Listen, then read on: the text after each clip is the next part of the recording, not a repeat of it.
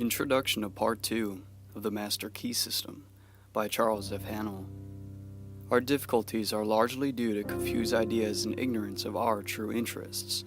The great task is to discover the laws of nature to which we are to adjust ourselves. Clear thinking and moral insight are, therefore, of incalculable value. All processes, even those of thought, rest on solid foundations. The keener the sensibilities, the more acute the judgment, the more delicate the taste, the more refined the moral feelings, the more subtle the intelligence, the loftier the aspiration, the purer and more intense are the gratifications which existence yields. Hence, it is at the study of the best that has been thought in the world gives supreme pleasure. The powers, uses, and possibilities of the mind under the new interpretations are incomparably more wonderful than the most extravagant accomplishment, or even dreams of material progress. Thought is energy, active thought is active energy, concentrated thought is a concentrated energy. Thought concentrated on a definite purpose becomes power. This is the power which is being used by those who do not believe in the virtue of poverty or the beauty of self-denial. They perceive that this is the talk of weaklings. The ability to receive and manifest this power depends upon the ability to recognize the infinite energy ever dwelling in man, constantly creating and recreating his body and mind, and ready at any moment to manifest through him in any needful manner. An exact proportion to the recognition of this truth will be the manifestation in the outer life of the individual. Part 2 explains the method by which this is accomplished. The operations of the mind are produced by two parallel modes of activity, the one conscious and the other subconscious. Professor Davidson says, "He who thinks to illuminate the whole range of mental action by the light of his own consciousness is not unlike the one who should go about to illuminate the universe with the rushlight. The subconscious's logical processes are carried on with a certainty and regularity which would be impossible if there existed the possibility of error. Our mind is so designed that it prepares for us the most important foundations of cognition, whilst we have not the slightest apprehension of the modus operandi. The subconscious soul, like a benevolent stranger, works and makes provision for our benefit, pouring only the mature fruit into our lap. Thus, ultimate analysis of thought processes shows that the subconscious is the theater of the most important mental phenomena. It is through the subconscious that Shakespeare must have perceived, without effort, great truths which are hidden from the conscious mind of the student, that Phidias fashioned marble and bronze, that Raphael painted Madonna and Beethoven composed symphonies. Ease and perfection depend entirely upon the degree in which we cease to depend upon the consciousness.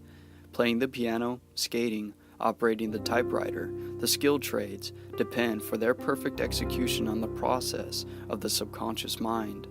The marvel of playing a brilliant piece on the piano while at the same time conducting a vigorous conversation shows the greatness of our subconscious powers.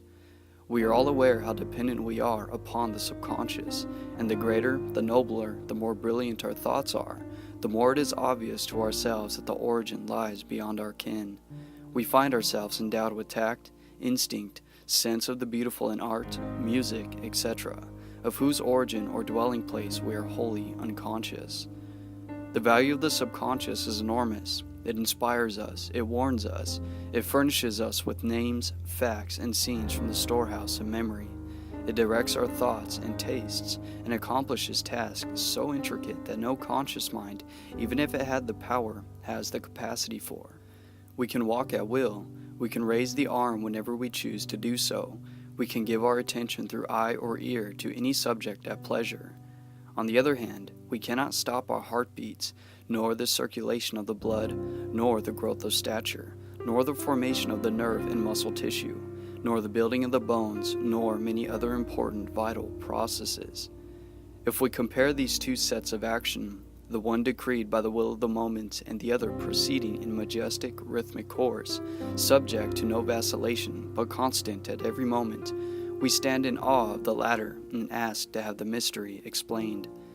We see at once that these are the vital processes of our physical life, and we cannot avoid the inference that these all-important functions are designedly withdrawn from the domain of our outward will with its variations and transitions, and placed under the direction of a permanent and dependable power within us.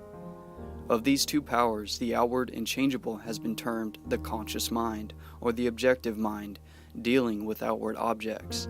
The interior power is called the subconscious mind, or the subjective mind, and besides its work on the mental plane, it controls the regular functions which make physical life possible. It is necessary to have a clear understanding of their respective functions on the mental plane, as well as of certain other basic principles. Perceiving and operating through the five physical senses, the conscious mind deals with the impressions and objects of the outward life. It has the faculty of discrimination, carrying with it the responsibility of choice. It has the power of reasoning, whether inductive, deductive, analytical, or syllogistic, and this power may be developed to a high degree. It is the seat of the will with all the energies that flow therefrom. Not only can it impress other minds, but it can direct the subconscious mind. In this way, the conscious mind becomes the responsible ruler and guardian of the subconscious mind. It is this high function which can completely reverse conditions in your life. It is often true that conditions of fear, worry, poverty, disease, inharmony, and evils of all kinds dominate us by reason of false suggestions accepted by the unguarded subconscious mind. All this the trained conscious mind can entirely prevent by its vigilant protective action. It may properly be called the watchman at the gate of the great subconscious domain. One writer has expressed the chief distinction between the two phases of mind thus: conscious mind is reasoning will, subconscious mind is instinctive desire, the result of past reasoning will. The subconscious mind draws just and accurate inferences from preferences furnished from outside sources. Where the premise is true, the subconscious mind reaches a faultless conclusion. But where the premise or suggestion is an error, the whole structure falls. The subconscious mind does not engage in the process of proving. It relies upon the conscious mind, the watchman at the gate, to guard it from mistaken impressions. Receiving any suggestions as true, the subconscious mind at once proceeds to act thereon in the whole domain of its tremendous field of work. The conscious mind can suggest either truth or error. If the latter, it is at the cost of wide-reaching peril to the whole being. The conscious mind ought to be on duty during every waking hour. When the watchman is off guard, or when his calm judgment is suspended under a variety of circumstances, then the subconscious mind is unguarded and left open to suggestion from all sources.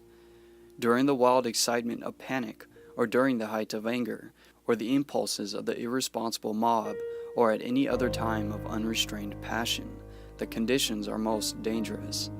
The subconscious mind is then open to the suggestion of fear, hatred, selfishness, greed, self-depreciation, and other negative forces derived from surrounding persons or circumstances. The result is usually unwholesome in the extreme, with effects that may endure to distress it for a long time. Hence, the great importance of guarding the subconscious mind from false impressions. The subconscious mind perceives by intuition, hence its processes are rapid. It does not wait for the slow methods of conscious reasoning. In fact, it cannot employ them. The subconscious mind never sleeps, never rests, any more than does your heart or your blood. It has been found that by plainly stating to the subconscious mind certain specific things to be accomplished, forces are set in operation that lead to the result desired.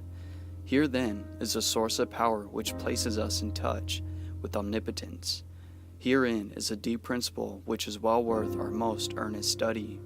The operation of this law is interesting. Those who put it into operation find that when they go out to meet the person with whom they anticipate a difficult interview, something has been there before them and dissolved the supposed differences. Everything is changed, all is harmonious. They find that when some difficult business problem presents itself, they can afford to make delay and something suggests the proper solution. Everything is properly arranged. In fact, those who have learned to trust the subconscious find that they have infinite resources at their command. The subconscious mind is the seat of our principles and our aspirations. It is the fount of our artistic and altruistic ideals.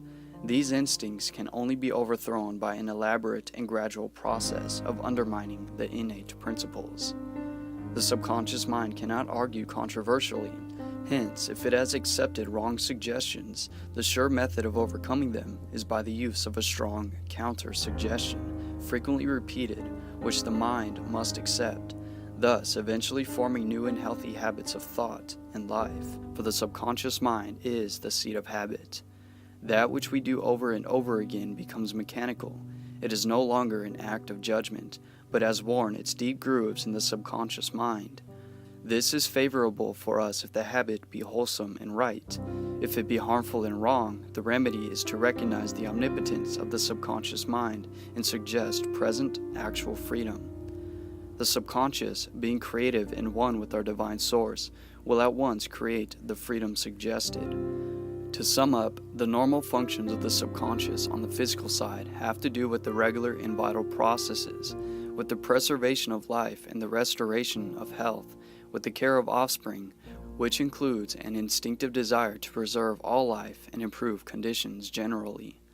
On the mental side, it is the storehouse of memory. It harbors the wonderful thought messengers who work unhampered by time or space.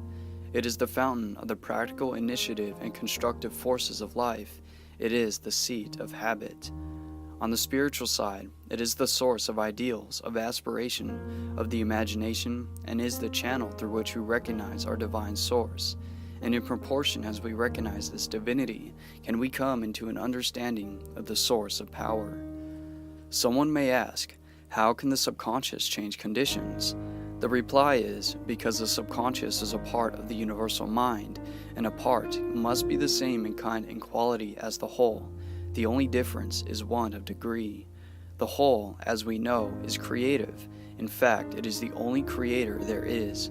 Consequently, we find that mind is creative, and as thought is the only activity which the mind possesses, thought must necessarily be creative also. But we shall find that there is a vast difference between simply thinking and directing our thoughts consciously, systematically, and constructively. When we do this, we place our mind in harmony with the universal mind. We come in tune with the infinite. We set in operation the mightiest force in existence, the creative power of the universal mind. This, as everything else, is governed by natural law, and this law is the law of attraction, which is that mind is creative and will automatically correlate with its object and bring it into manifestation. Last week, I gave you an exercise for the purpose of securing control of the physical body. If you have accomplished this, you are ready to advance. This time, you will begin to control your thought. Always take the same room, the same chair, and the same position if possible. In some cases, it is not convenient to take the same room. In this case, simply make the best use of such conditions as may be available. Now, be perfectly still as before, but inhibit all thoughts. This will give you control over all thoughts of care, worry, and fear, and will enable you to entertain only the kind of thoughts you desire. Continue this exercise until you gain complete mastery. You will not be able to do this for more than a few moments at a time, but the exercise is valuable because it will be a very practical demonstration of the great number of thoughts which are constantly trying to gain access to your mental world. Next week, you'll receive instructions for an exercise which may be a little more interesting, but it is necessary that you master this one first. Quote by James Allen, "Cause and effect is as absolute and undeviating in the hidden realm of thought as in the world of visible and material things. Mind is the master weaver, both of the interior garment of character and the outer garment of circumstance." End of part 2.